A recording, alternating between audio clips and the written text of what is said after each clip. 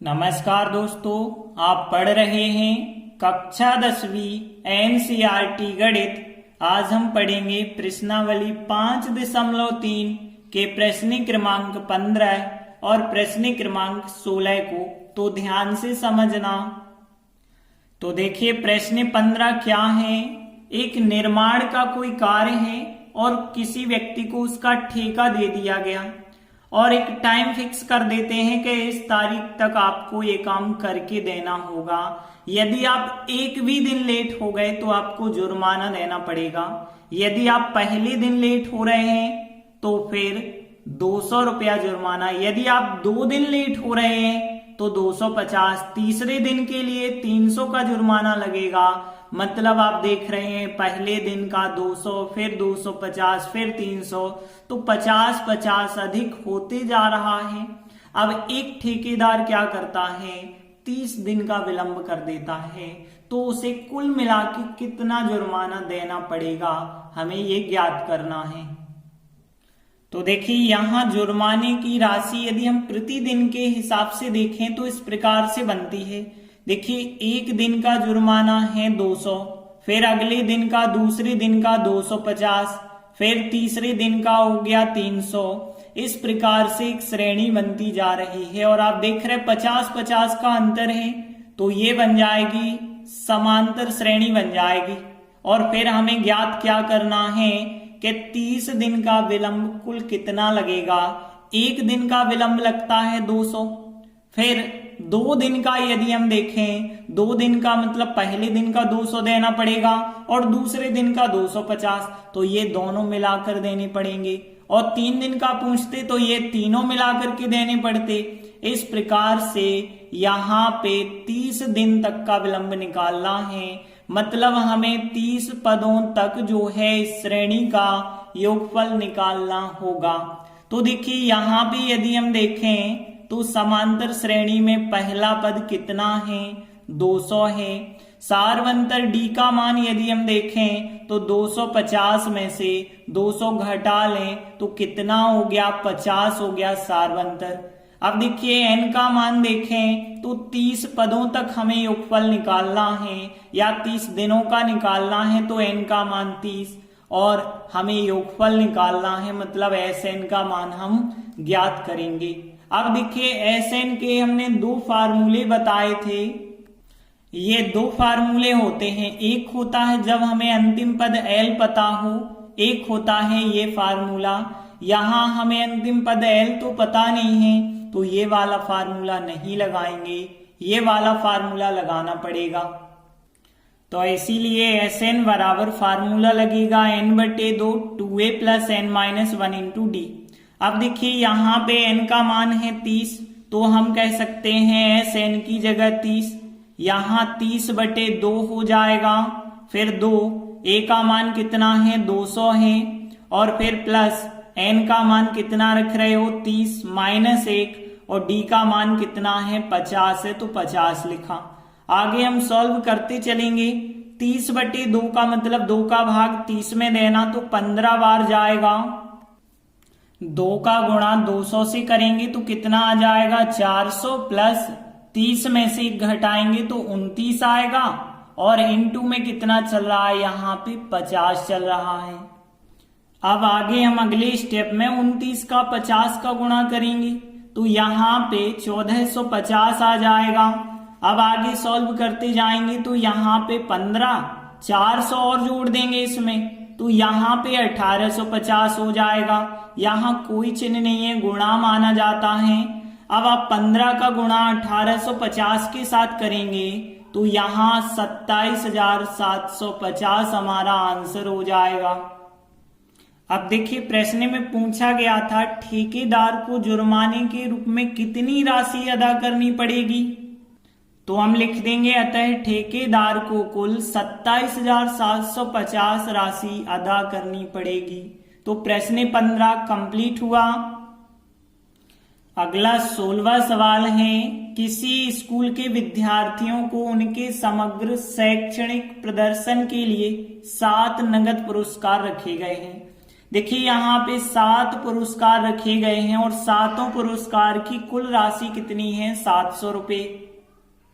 और आगे बताया गया है प्रत्येक पुरस्कार अपने से ठीक पहले पुरस्कार से 20 रुपए कम है। मतलब यहाँ पे पहला पुरस्कार जितने भी रुपए का होगा दूसरा पुरस्कार उससे 20 कम, तीसरा पुरस्कार दूसरे से 20 कम, फिर चौथा तीसरे से 20 कम। तो लगातार 20 आपको कमाते चलना है।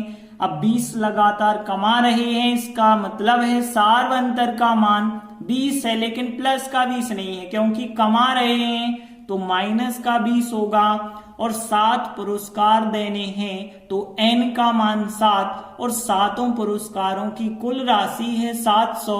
मतलब यहाँ पे 7 पद का योगफल 700 होगा। तो देखिए यहाँ पे n का मान हमें कितना दिया गया है 7 दिया गया है। और फिर इन सभी पद का योगफल कितना दिया गया है Sn कह दें तो कितना दिया गया है 700 रुपए है 7 पुरस्कारों का योगफल।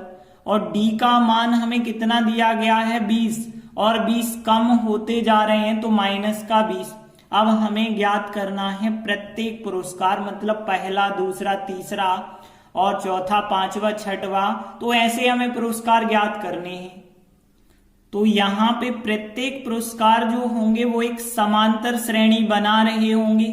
तो यहाँ पहला पुरस्कार तो A कहलाएगा, फिर दूसरा पुरस्कार जो है A प्लस डी कहलाएगा, फिर तीसरा A प्लस 2D कहलाएगा, फिर A प्लस 3D कहलाएगा, फिर A प्लस 4D कहलाएगा, फिर A प्लस 5D कहलाएगा, फिर A प्लस 6D कहलाएगा। तो देखिए 1 2 3 4 5 6 7 पुरस्कार इस प्रकार से दिए जाएंगे। अब देखिए हमारे पास D का मान तो है -20, तो यहाँ D तो ठीक है, D का तो मान है। सबसे जरूरी है प्रथम पद A का मान पता होना। A का मान हमें पता नहीं है और A का कोई फार्मूला भी तो नहीं होता है। तो हमने आपसे ज्यादातर सवालों में बताया है जो चीज हमें दी जाती है उसी का फार्मूला लगा देंगे। देखिए यहाँ पे Sn बराबर 700 हमें दिया गया है तो हम इसी का फार्मूला लगाएंगे। अब Sn के तो 2 फार्मूले होते हैं, लेकिन क्या यहाँ आपको अंतिम पद पता है तो नहीं है, तो अंतिम पद वाला हम फार्मूला नहीं लगा सकते। हम फार्मूला लगाएंगे n/2 2a plus n-1 into D और बराबर योगफल कितने के बराबर रखेंगे 700 के बराबर रखेंगे। अब n का मान कितना है 7 है तो 7/2 लिखा। अब 2 a का मान तो हमें पता नहीं है तो a का a लिख दो, n का मान 7 -1 और इंटू डी का मान कितना है -20 है तो -20 रख दिया बराबर 700। अब ध्यान देना यहाँ पे 7/2 को हम उस तरफ पक्षांतर कर लेते हैं और उस तरफ करेंगे तो वो पलट के 2/7 हो जाएगा। और देखिए यहाँ पे फिर 2a और यहाँ पे देखिए 7 में से 1 को घटाएंगे तो कितना यहाँ बचा होगा 6 बचा होगा। 6 का गुणा हमें -20 से करना पड़ेगा। तो देखिए यहाँ पे 2a 6 का गुणा -20 से करेंगे तो 120 माइनस के आ जाएंगे बराबर। देखिए यहाँ 7 से 700 काटोगे 100 बार कटेंगे, 100 का गुणा 2 से कर देना तो 200 आ जाएगा। अब देखिए यहाँ पे 2a बराबर यदि हम देखें तो 200, 120 का उस तरफ पक्षांतर कर दो तो प्लस के हो गए। तो यहाँ पे 2a बराबर 200 और 120 हो गए 320। अब a का मान यदि हम देखें तो a बराबर 320 बटे में कितना आ जाएगा 2 और बटे में 2 आ गया, 2 का भाग देंगे तो 160 आ गया, a का मान आ गया 160। तो देखिए प्रथम पुरस्कार हमने a माना था जो कि हो गया 160। अब हम दूसरा पुरस्कार निकालेंगे, तीसरा चौथा, तो इनमें a और d के मान रखते चलेंगे। तो पहला पुरस्कार तो a बराबर 160 हो गया। अब दूसरा पुरस्कार क्या है a प्लस डी, क्योंकि दूसरा पद है जो कि कितना होता है a प्लस डी होता है। अब a का मान 160 और d का मान है -20, तो 160 में से 20 घटा दोगे तो दूसरा पुरस्कार कितना हो गया 140 हो गया। फिर इसके बाद हम तीसरा पुरस्कार निकालेंगे या तृतीय पुरस्कार भी हम इसे लिख सकते हैं। तो तीसरा पद हमने माना था a+2d, तो a का मान तो 160 है, फिर 2 लिखा और d का मान कितना है, माइनस का 20 है। और आगे सॉल्व करेंगे तो 160, 20 दूनी 40। अब आप 160 में से 40 घटाएंगे तो 120 हो जाएगा तृतीय पुरस्कार। फिर चौथा पुरस्कार देखें तो a+3d है। अब देखिए a का मान 160, फिर +3d का मान माइनस का 20 रखा, 160, 20 का 3 से गुणा करेंगे तो माइनस के 60 और 160 में से 60 घटाएंगे तो 100 रुपए आ जाएगा चौथा पुरस्कार। इसके बाद पांचवा पुरस्कार क्या है, a+4d है। पांचवा पद का है समांतर श्रेणी का, वो भी तो a+4d होता है। a का मान 160, फिर 4d का मान माइनस का 20 रखेंगे तो 160, 20 का 4 से गुणा माइनस के 80 और घटाएंगे तो 80 आ जाएगा पांचवा पुरस्कार।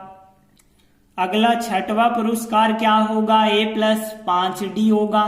अब a का मान 160 +5 और d का मान माइनस का 20 रखेंगे तो यहाँ पे 160 और यहाँ 20 पंचे 100 हो गए माइनस के। अब 160 में से 100 घटाएंगे तो 60 आ जाएगा छठवा पुरस्कार। अब सातवां पुरस्कार क्या है, a+6d है।